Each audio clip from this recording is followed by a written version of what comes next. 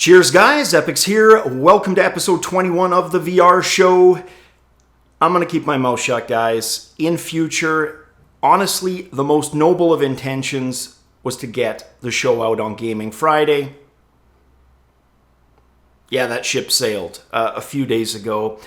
I'll keep my mouth shut, like I said. It's been really hectic here prepping this house for sale. That's been consuming most of our time and having us leave at the most inopportune of times, consistently, which is a good problem to have. People want to see the place, but it's a pain in the butt when you're trying to be creative and create content. But with that said, guys, just wanted to talk about the last episode quick in this intro and then tell you what you can expect from today's show. So let's start things off, a little bit of controversy. Last week, me saying official was a bad word, and I do apologize for that. I should not have used that. Now, in the old days, you could annotate. It was a lot easier to fix flubs. Not the case today. It's a little difficult. I found annotations probably stemmed 80% of the tide of comments saying, you're incorrect, because they'd see the annotation. Now, you pin a comment or you put it in the description, you hope it gets read, and it's about a 20% success rate. Based on the comments, you can see that. So, yes, it was incorrect. Now, in my heart of hearts, do I think that these were successor products? Of course. What's the definition of successor? In succession. And these certainly are in succession by the same manufacturers, the same brands. Okay, is it officially a Vive sequel or officially a Vive Pro sequel? Well, they say no. Okay, I guess we're waiting for sequels. We'll see what's different in them. But there you have it, guys. Apologies. They are not official. They are, however, new products from said companies.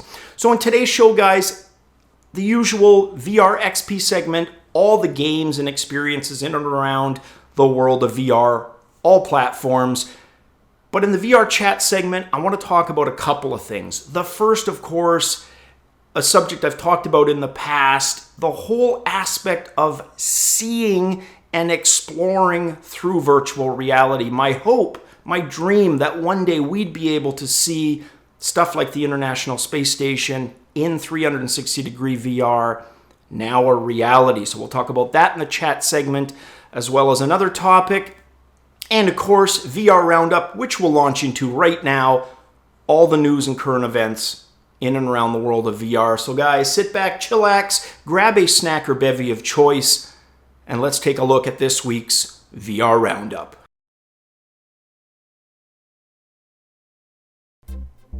Let's start things off, guys, with some positive news, and also one of the two topics we'll be talking about in today's VR chat segment.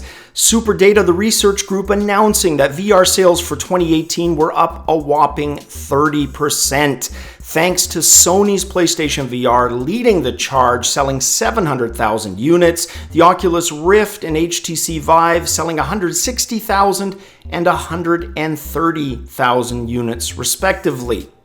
SuperData goes on to predict that the Oculus Quest, much as Sony's PlayStation VR did in 2018, will lead the charge for VR sales in 2019. And next up, Samsung filing a very interesting patent. This for a VR headset with a field of view of at least 180 degrees. They're also describing the headset as using a curved OLED display.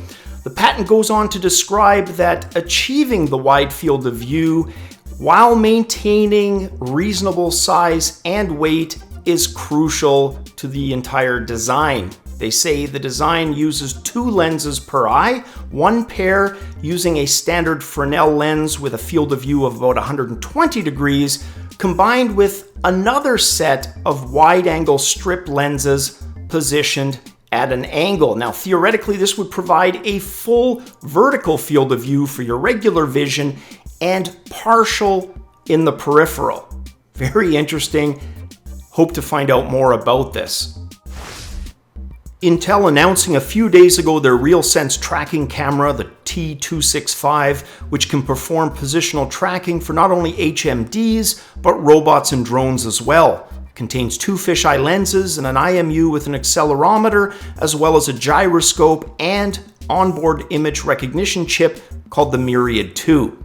Intel states the camera will retail for $199 US. Additional specs, it's 55 grams in weight and size-wise roughly comparable to a USB thumb drive. It's also got very low power requirements, utilizing just 1.5 watts, meaning most USB ports will be able to power it.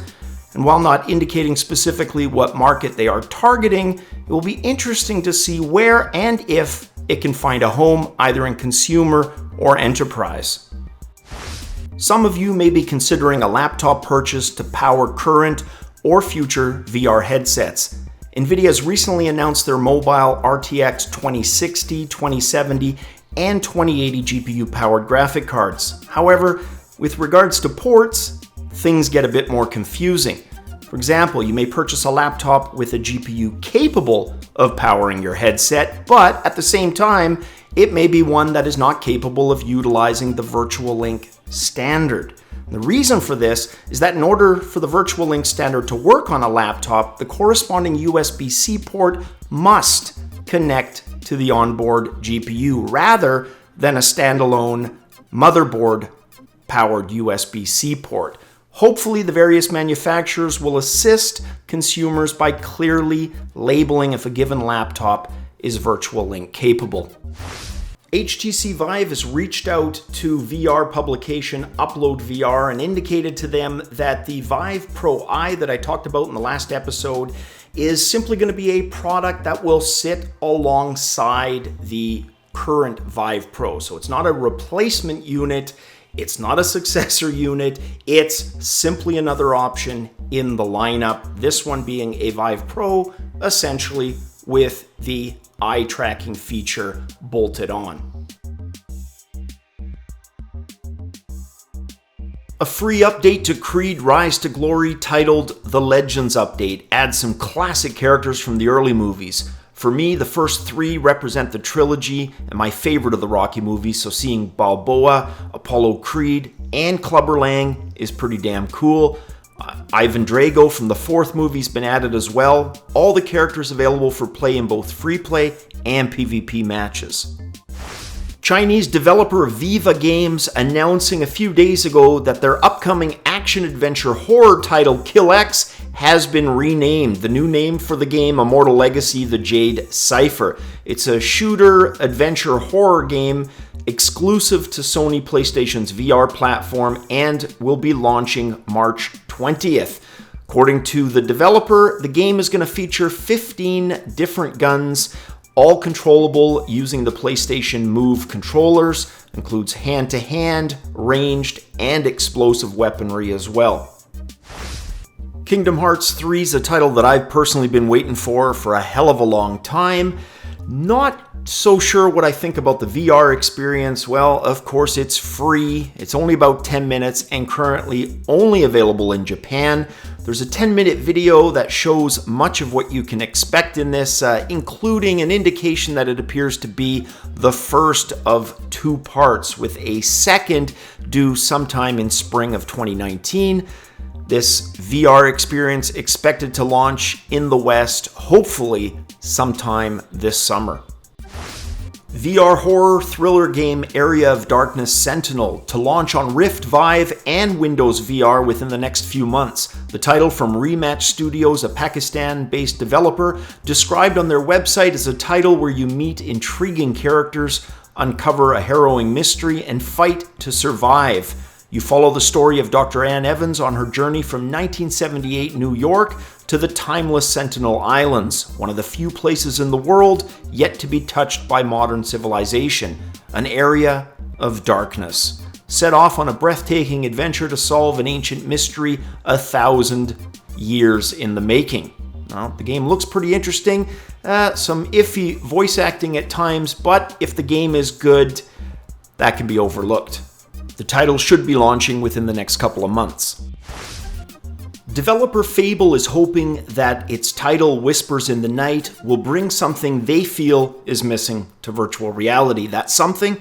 Artificial intelligence. They say it's what makes the world and interaction with it and its inhabitants feel real and compelling. Whispers in the Night described in its press release as follows. Whispers in the Night transports you into a memory where you and 8-year-old Lucy share an emotionally connected moment through a conversation. It's part of a collection of interwoven chapters. Audiences will discover and grow alongside Lucy as she shares her deepest thoughts and imaginations, completely unique to their personal exchange. What will you say? What will Lucy remember? When does a moment become a memory?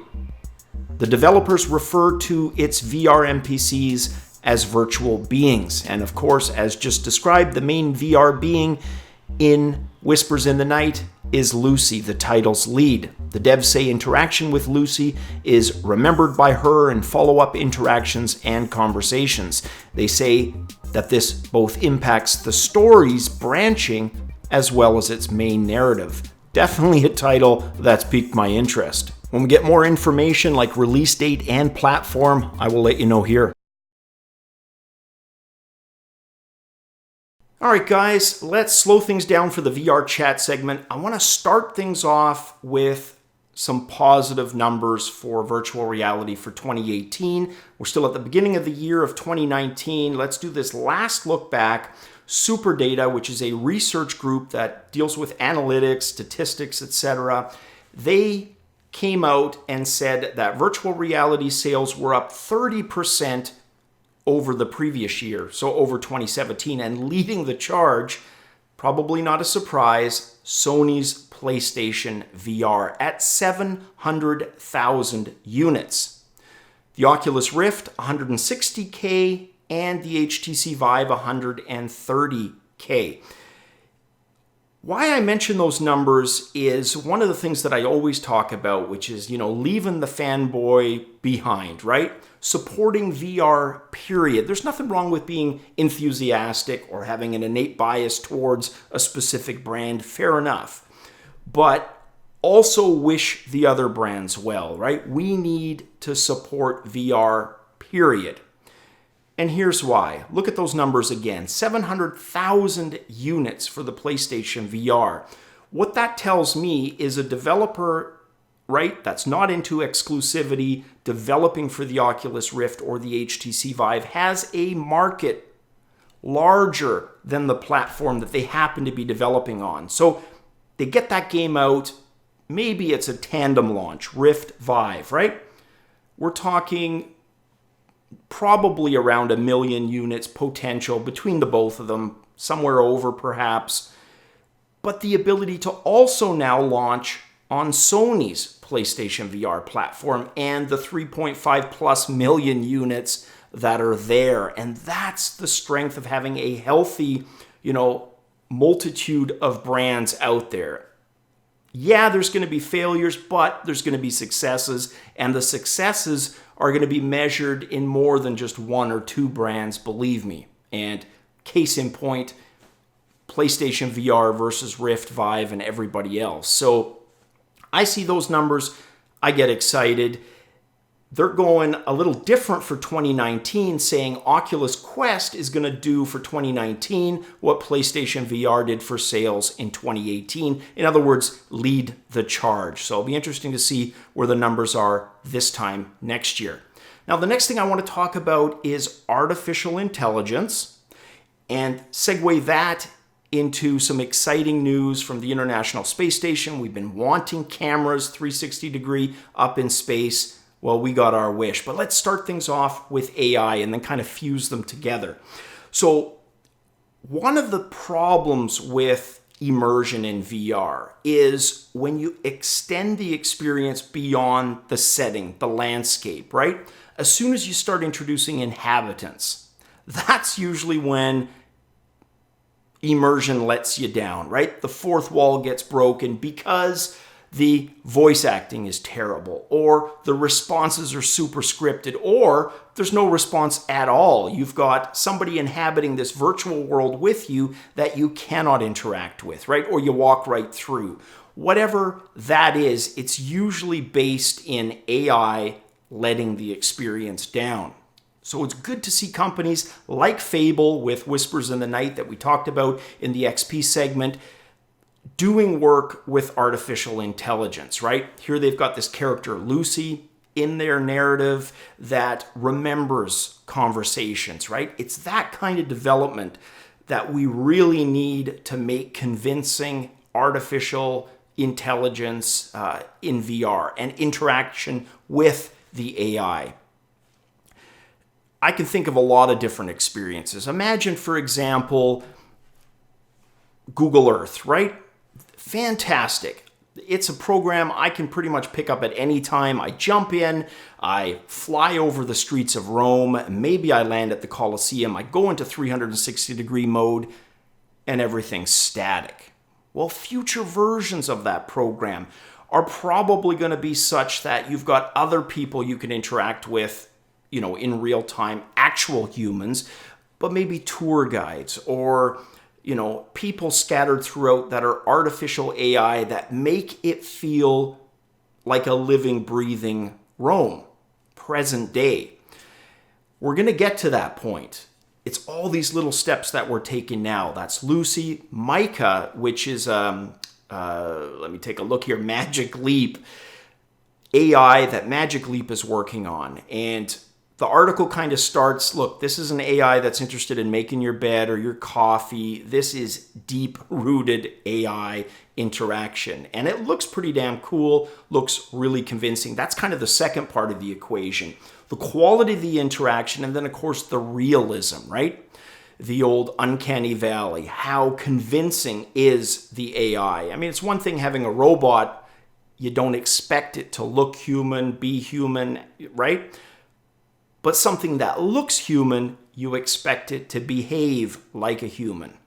And again, that's where we've been let down by technology, by advances or lack of advances in AI. So when I see where some companies are actually headed in terms of artificial intelligence, guys, I get so freaking excited because that all needs to happen in parallel. You might not be interested in that right now, but believe me, guys, 10 years from now, the payoff is an RPG in VR where, I go back to games like Ultima 7, right? The big thing there was you could make bread, talk with townspeople.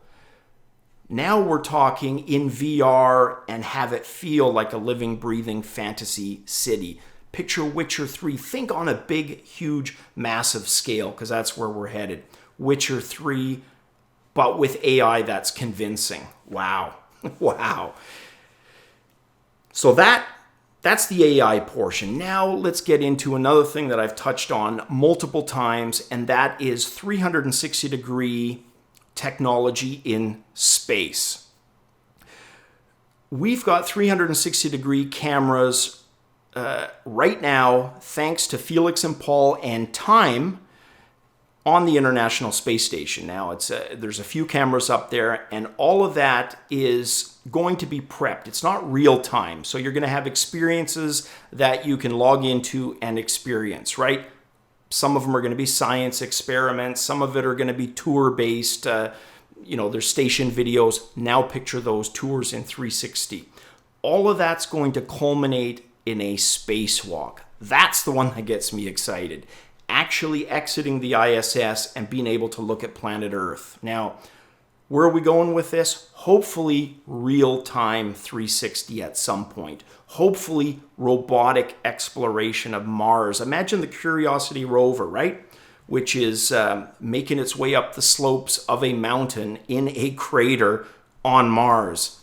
But being able to see what the Curiosity rover sees in real time, albeit with a 5 to 6 minute lag, right? Speed of light and all that, in 360. Wouldn't that be freaking awesome? That's where we're headed, and that's why I get excited. Again, the AI, we're getting to a point with all of this converging, forget 10, 15 years. I'm talking about an RPG that I'm excited about. Imagine space travel 30, 40 years from now. I'm so excited right now, I could start throwing stuff around like Fermi paradox, but I'm going to try to, temper my nerdness here and just say, look, we are headed in a direction where it's almost not needed, right? Sure, humans want to go to Mars, put the stamp on it, we've been there. But with the advances in drone technology and robotics, in AI, the camera stuff, do we need to right away, right? Hell no. But we can all be there with the astronauts when they do, or with the robots before the astronauts arrive. The last time we got really excited about people in space going somewhere was, of course, the Apollo landings.